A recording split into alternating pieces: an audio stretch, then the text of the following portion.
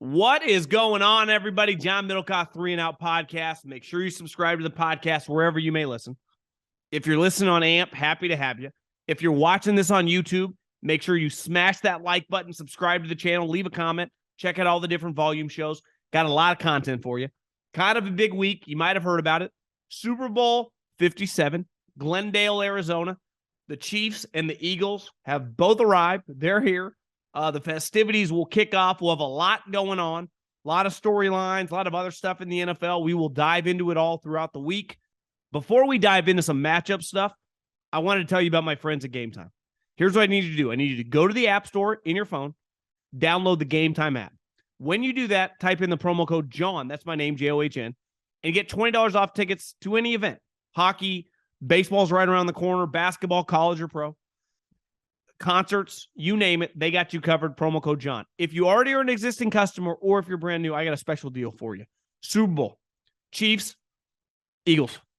Volume 100 is the promo code. Type in the Volume 100, get $100 off to the Super Bowl. You want to go to the Super Bowl? I've been to a couple.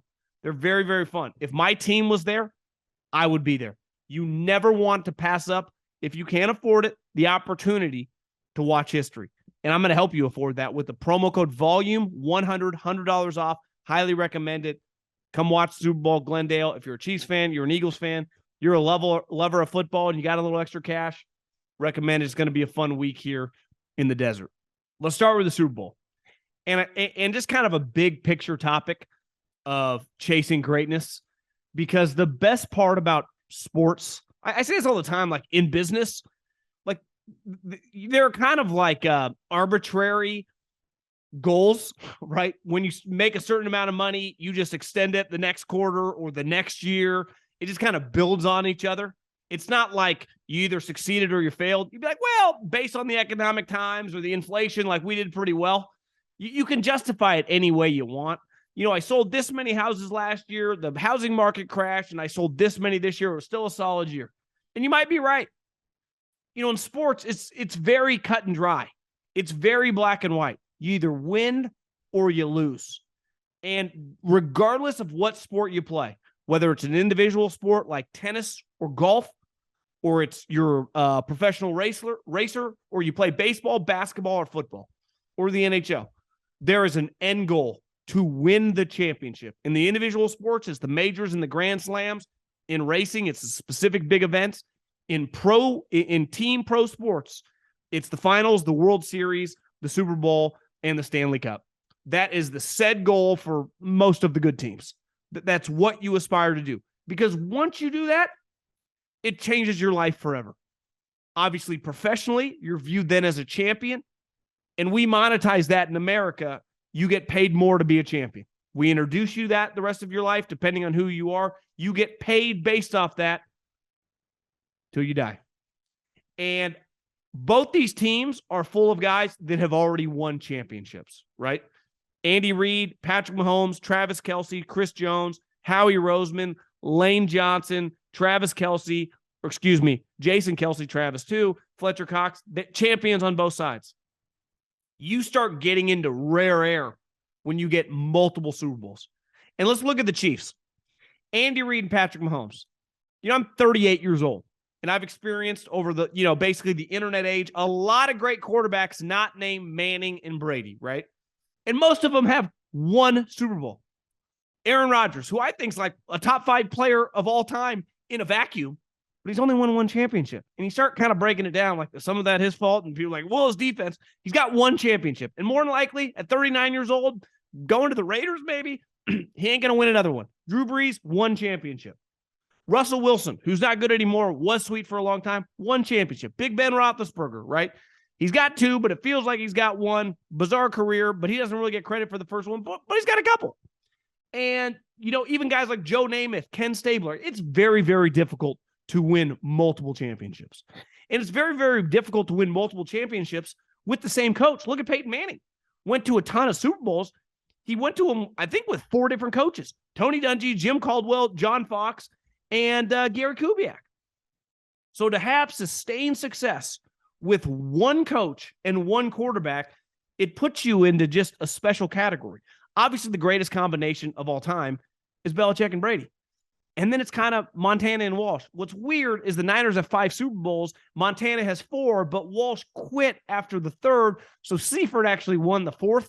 So they actually don't have as many as probably most people just think that don't follow it or are a little younger. But Andy Reid and Patrick Mahomes, they win the Super Bowl. Like, they're approaching Walsh in Montana just based on the simple fact of, I would say they both got, I mean, Patrick Mahomes has a lot left, but Andy in his early to mid 60s, like, he's got at least another 5 years, and they're in the peak of their powers. Their organization's really well run. Like, you can get into rare air. Now we have some random two, I guess Elway and Shanahan did it together, but it was at the end of Elway's career, right? It's not like they had 10 years together. Maybe they'd have 3 or 4, right? Eli and Tom Coughlin have 2, but they're both kind of outliers. It's not like they had sustained success over a 10-year period. Obviously, on those 2 individual years, they got really hot. Pretty sure one of the years they were 9-7. Honestly, might have been 9-7 both years. But with the Chiefs and like the Niners, they built a dynasty. And then the Patriots, they built a dynasty. And that's what the Chiefs are now doing. And the 2 guys leading that dynasty are the head coach and the quarterback. And you win this Super Bowl this year, they will be the favorites next year.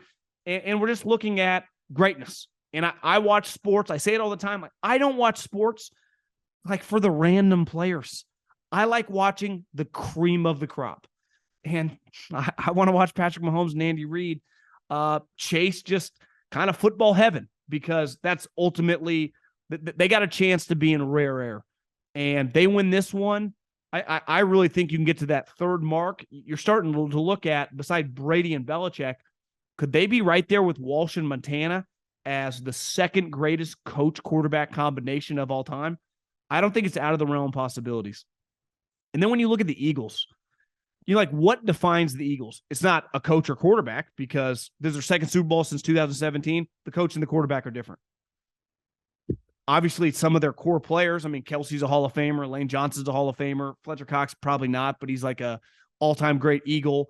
I mean, they have some of those core guys there that are all older. Kelsey's still playing at a high level. Lane, when healthy, still an elite player. Fletcher no longer is. Brandon Graham no longer is. He's a backup.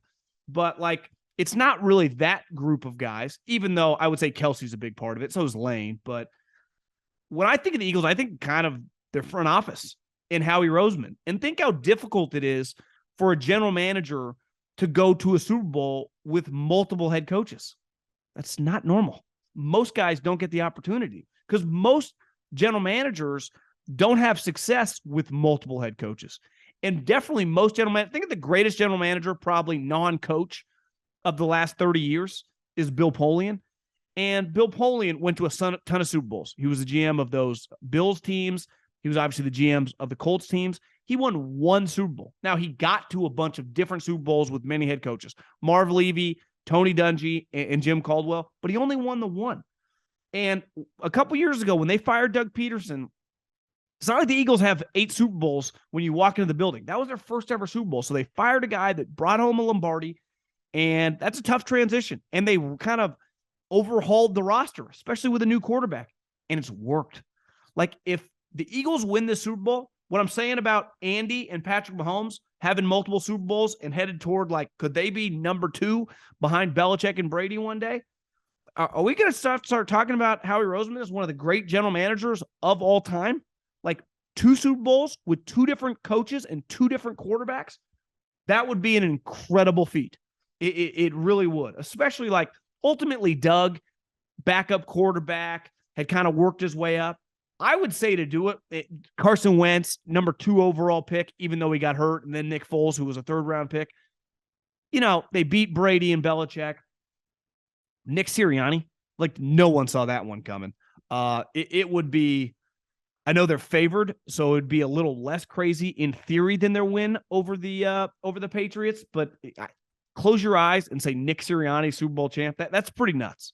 So the matchup here from the big picture storylines of, like, both these guys, and when I worked for the Eagles, Andy Reid and Howie Roseman were my bosses. So obviously I saw 190 or 1, maybe I'm screwing it up, but like 22 years ago to the day, Andy Reid was hired with the Philadelphia Eagles. So It should be fun. It should be. I don't even know where I was going there. But I do know where I'm going here on Derek Carr. Because I think he's become one of the more polarizing quarterbacks in the league. A lot like Dak Prescott and Kirk Cousins. And here's a reality.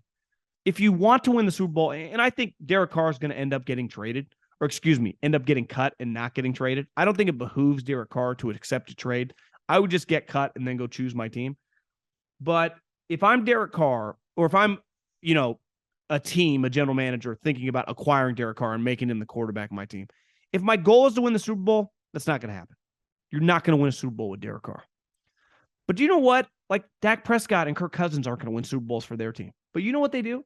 Every single year, that team is in the mix in the playoffs, playing in big games, winning double-digit games. Even a couple years ago, when Zimmer got fired, it wasn't Cousins' fault. So being relevant as a football team and having the opportunity, like a real opportunity every single year to make the playoffs, is worth a lot of money in this league. And the majority of teams do not have Joe Burrow, Patrick Mahomes, Rodgers, and Brady. So when you get the second, third tier guy, if that guy is good enough, like in Derek Carr's proven, if you just have solid stuff going on around you, and for the most of his career, he has not had that. He has been part of dysfunction. If you could just put some stability around him, you can win 10, 11 games and you can make the playoffs. And who knows, maybe you win a playoff game. For 90% of the league, that's a successful season. And I think when the dust settles, teams like the Colts, teams like there's rumors about the Saints, there's rumors about the Carolina Panthers, you could do a lot worse than Derek. Now, there is a price point, right? I would like to pay Derek about $27 million, not $38 million. So if you can figure out the financials, I'm not into overpaying average, because you overpay average, that's where you get in trouble. And Derek's win right above average, but he's above average and the ceiling's capped. But the ceiling is high enough that if you have a solid defense, if you have weapons on offense, if your offensive coordinator knows what he's doing, win 10 or 11 games. Everyone's happy. You get most organizations extend people off winning 11 games. Ask the Arizona Cardinals. Made the playoffs once. Everyone got extended. Now Cliff Kingsbury's in Thailand and Steve Keim is who knows where, but they're all getting paid. I saw another story on the quarterback that Lamar Jackson and the Ravens, according to Jeremy Fowler, could be almost $100 million apart. And I've always supported Lamar Jackson. I wasn't high on him coming out of the draft. And like most people, you couldn't deny how good he was. And he clearly was a lot more accurate than anyone that was a hater. And I would say I was reluctant him as a college prospect because I didn't think the guy was very average. I remember watching him in a bowl game against Mississippi State, throwing the ball into the ground. I'm like, you can't play like that. And he worked on it and he improved. But when I read that he's $100 million apart, like part of doing a deal, and anyone listening to this knows, like if there's a home right now on the market for $2 million and you come in with an offer of $700,000, you're not going to get a deal done. You got no shot, right? If I'm making $95,000 working for someone and it's like, I want a raise. And they're like, okay, come into the office tomorrow and tell me what you think you're worth. And if I go from $95,000 and I look at them and go, I think I'm worth $775,000. It's not going to happen. But if I come in, who knows? Maybe say 130.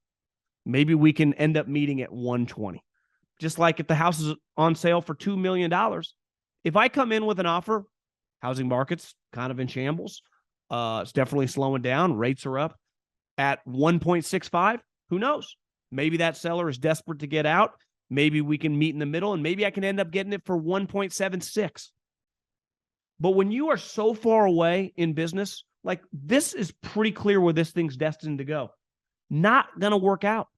It ain't happening. And listen, I said last year, Lamar Jackson should have signed the contract. Just because one outlier deal happened in Deshaun Watson and Cleveland Browns does not mean that anyone else is going to do that. There's always one idiot, and they were the idiots. And that deal is an embarrassment to the entire league when you factor in all the different variables. And no one's going to follow it because Deshaun Watson, not even in trouble, is not worth that much money. And we saw this year, you better keep your fingers crossed that he can get back to like 80% of he once was because he looked terrible. I understand Lamar Jackson thinking he's worth more because do you know what's never happened in these negotiations? the team has offered more money than the player thought he was worth. He said, I'll take it, right? It's always the team's going to lowball you, player's going to come, or his representative's going to come in higher. When you're $100 million apart, someone's living in la-la land. Because I don't care even if you hit the open market. If Lamar Jackson hit the open market, I don't think there's a team that pays him a deal that sniffs that Cleveland Brown deal. That sniffs it. And Lamar Jackson has proven to be an MVP caliber player. Deshaun Watson is not. He's proven to be a fantastic human being, never gets in any trouble. Now, some of the durability things have started to creep in, right? He's been hurt a couple times. But I think Lamar Jackson needs, and listen, I'm not pro agent necessarily. Never had one. Had one actually, ended up losing money in the deal. Whatever. It's a completely different industry, a lot less money. But I'm all for representing yourself if you can come to the conclusion of getting a deal done. Because that's the most important thing in any transaction. How do we get a deal done? And when you're $100 million apart, well, what does that mean? Like, does that mean all these other teams that need quarterbacks are just going to bridge that gap? To me, even other teams that would want Lamar Jackson, maybe they'd still be $50 million apart. I think someone needs to get with this guy, and we just got to get some realistic expectations, right? There has to be some realistic expectations from the Lamar Jackson side because, and I'm not trying to defend the Ravens here, but that to me is more of a reflection of Lamar Jackson than it is the Baltimore Ravens front office, who historically has done deals with a lot of players over the years, right? They've also let a lot of guys walk. So you know where I've stood. I think he ends up getting traded, but I also think it becomes a lot more complicated to trade a guy who wants a $250 million contract or $230 million contract, purely guaranteed, fully guaranteed, just like Deshaun Watson. I don't think the other 31 teams in the league, I guess you could take out the Ravens and the Browns, are just itching to do that, right? Especially even the desperate ones. Maybe they'd give you 175 guaranteed, or maybe even 200. But if he thinks 230 is the number, we're still $30 million apart. That's a long way. Free agency is not that far away. You know what ends up happening? Player X and Team X goes, I think I'm worth $4 million. The team thinks I'm worth 2.5. Or I think I'm worth 10 million. My team thinks I'm worth 7. That's a gap, right? And if you factor it over 3 or 4 years, we're $10 million apart. We're $1.5 million apart on the average per year. Those are gaps that are bridgeable, right? If I think my house is worth $1 million, you think it's worth $875. Maybe I can buy back an interest point. Maybe, I can redo the kitchen for you. But we can figure out something. When we're $100 million apart, that's a deal that's never happening. And last but not least, I'm not going to bitch and moan about the Pro Bowl. I didn't watch it. But to think that the NFL, they have to have an event this week that they can televise. It's part of the television package. Do I think it's really stupid, the Pro Bowl in general? Of course it is. It's also impossible. In baseball, you can just play a game at normal speed. No one worries about getting hurt. You've seen what the NBA All-Star game has become. A lot like the regular season. Pretty terrible. An awful product. In football, you can't play football half-ass. You can't even do it 80%. And I just flipped the channel because I wanted to watch 2 snaps. It's hard to play flag football at 50%, especially when these guys, their knees and body parts are worth so much. So it was a bad product. Of course it is. But they need something to put on television because clearly ABC had the game today. It's part of the package that nets them so much money. And there is nothing going on this week, right? I saw that when the Pro Bowl ended, there was an NBA game on. I got news for you. No one's watching. I don't know what the ratings will be for this flag football game. It'll be higher than every regular season baseball game and probably NBA game of the year. And honestly, it might not even be that close.